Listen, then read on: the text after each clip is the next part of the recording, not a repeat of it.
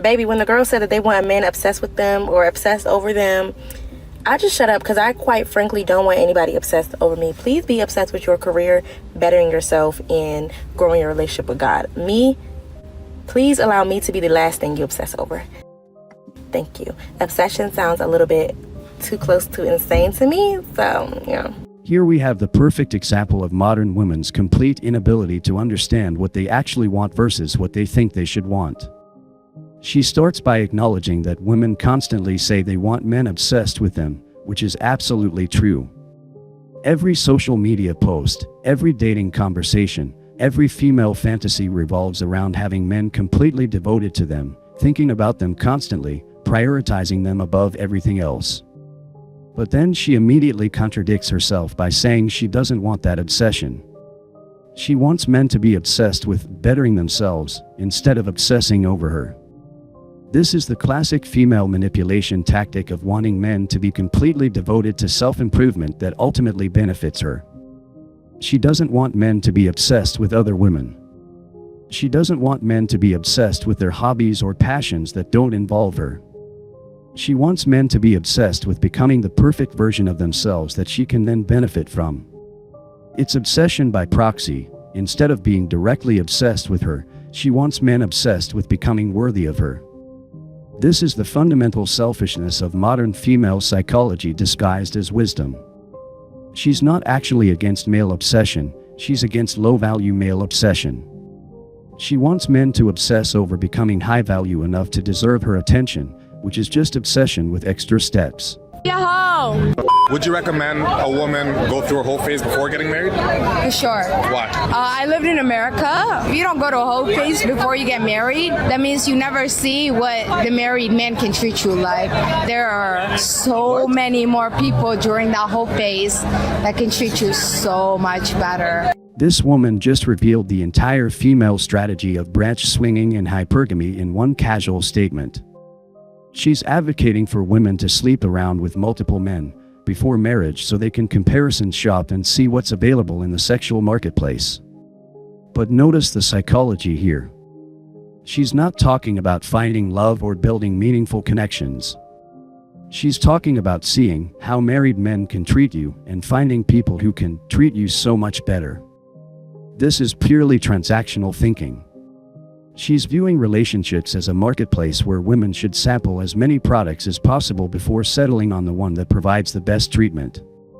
This reveals the fundamental female approach to relationships. It's not about love, loyalty, or building something together. It's about maximizing the benefits she receives from male attention, resources, and effort. She's telling women to essentially test drive as many men as possible to see which one offers the best package of treatment, resources, and validation. But here's what she's not saying. What does she think happens to her value during this wonderful phase? What does she think happens to her ability to pair bond after being intimate with dozens of men? What does she think happens to the men who get used as test drives during her experimentation phase? She's advocating for women to treat men as disposable resources while expecting those same men to still want to commit to them after they've been used and discarded by other women. This is the delusion of modern female sexual strategy. They think they can have unlimited sexual experiences without any consequences to their relationship value or their ability to form lasting bonds. They think they can use men as stepping stones while still expecting high-value men to wife them up after their disgusting phase is over. Mess with the chick that like you, not the one you like. The one you like, you're gonna accept all kind of stuff out of it. And y'all know it's true. You're gonna accept all kind of stuff, but you never accept off another chick. And it might be another chick right next door that like you and gonna do everything and keep you right. But you rather mess with this pretty girl over here that's giving you all kind of problems, you dig? That's how the world goes. Not just with the pimp and the whole game. A lot of people have a tendency, the right people they're supposed to treat right, that's loyal and dedicated, they overlook it and they treat the other people right. That mean them no good, no intentions. Yep. And that's life. But you know, I have to mess with the right girls, you know. Oh, I'm a divorcee, babes. I'm a divorcee. I want to get night, morning, day, afternoon, at night. I don't care one, just the shit out of me. Okay, I just want to share with you guys that I am having a single hot girl summer. I'm having a bit of a crisis in my life because I don't know if you know, I do, the trope that the fat girl can get all the sex she wants, but can't always find a relationship. That's at least been my experience in my life, and I know I'm not alone in that. Of there's plenty of people who desire me and lust after me, and I can get laid whenever I want. This woman is living the feminist dream: unlimited sexual access, complete sexual freedom, the ability to satisfy her physical desires whenever she chooses. But she's also living the feminist nightmare. She's completely unable to form meaningful connections with men because she's reduced herself to a purely sexual commodity. She can get men to sleep with her, but she can't get them to respect her, value her, or want to build a life with her. She's confused sexual access with sexual value, and now she's discovering the brutal difference between the two. But then, and this is where it gets really twisted, instead of looking at her own behavior and asking why men don't want relationships with her, she projects the problem onto all men.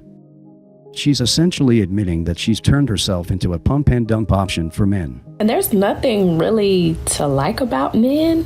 When it all boils down, men are not really likable people. So when y'all be in my comments saying you don't like men, no, I don't. And they know I don't like them. I tell them, I voice it. You can actively not like men and still date them if you want. I don't like y'all. I don't like men. They're not nothing really to like. They're no fun. And if you find yourself liking a man, you need to fill in that space. Go back to school or start a business or travel more or fill that in with Go back to school or start a business or travel more or fill that in with hobbies. This woman openly admits she doesn't like men while simultaneously continuing to seek their sexual attention and validation. She's built her entire identity around interacting with men she claims to despise. But notice the advice she gives to other women. If you find yourself actually liking a man, you need to immediately distract yourself with other activities to kill those feelings. The really insidious part is that she's using men while convincing herself that she's too evolved to actually care about them as people. This is the ultimate female power fantasy, getting the benefits of male attention while maintaining complete emotional distance and superiority. Once you do that, you gonna realize really I don't really like this motherfucker. He cool and all, but I don't really like him. I know for me, when I get busy and I fill up my schedule, I don't be liking these men. My grandma ain't like their ass either, but What you just witnessed is the complete moral and spiritual degradation of modern women, and frankly, it's absolutely disgusting. Let's call this what it really is. The woman advocating for women to sleep around is encouraging them to give away the most sacred and intimate part of themselves to dozens of random men like they're handing out free samples at a grocery store. This is spiritually revolting. Sleeping with dozens of men is the complete destruction of everything that makes a woman valuable as a wife and mother. They've commoditized their own sexuality to the point where they have nothing left to offer except a bitter attitude toward the very men whose attention they desperately crave. The woman who brags about being able to get laid whenever she wants, while admitting that men don't actually like her, is the perfect example of what happens when you mistake sexual availability for sexual value. She's confused being used with being desired as a woman. The woman who openly admits she hates men while continuing to sleep with them represents the final form of modern female degeneracy. She's become so morally corrupted that she can engage in the most intimate physical act with people she claims to despise. These women represent the absolute rock bottom of Western civilization's moral collapse. They've embraced every vice that traditional society warned against: promiscuity, selfishness, pride, contempt for family, rejection of motherhood, hatred of masculinity, and complete moral relativism. They're walking examples of what happens when you reject God, tradition, and basic human decency in favor of feminist ideology and sexual liberation. these women have made themselves completely unmarriageable and they're too proud and delusional to admit it. They've destroyed their own sexual market value and then convinced themselves that the market is wrong. They've made themselves into pump and dump options and then act shocked when that's exactly how men treat them. The reality is that these women are getting exactly what they deserve. They chose to be bitter and hateful, so men avoid emotional investment in them. They chose to make themselves into disposable sexual commodities, so that's exactly how they're being used and discarded. Every religion, every traditional culture, every moral system throughout human history has warned against exactly this kind of behavior because the consequences are predictable and devastating. But these women thought they were smarter than thousands of years of human wisdom. They thought they could ignore the fundamental laws of human psychology, biology, and spirituality without consequences. Now they're living with those consequences: spiritual emptiness, emotional numbness, relationship failure, and complete inability to form the families and lasting connections that would actually fulfill them as women. They've treated their birthright as wives and mothers for a mess of pottage in the form of meaningless sexual encounters and feminist validation. The most pathetic part is that deep down, they know they've made terrible choices. You can hear it in their voices, see it in their desperate attempts to rationalize their behavior, feel it in their bitterness toward men and relationships. They know they've destroyed themselves, but they're too proud to admit it and too far gone to change course. These women aren't just casualties of feminist ideology, they're willing participants in their own degradation. They chose hedonism over honor, pride over humility, and bitterness over love. They've made their bed with dozens of random men, and now they have to lie in it, alone, bitter, and wondering why no decent man wants anything to do with them.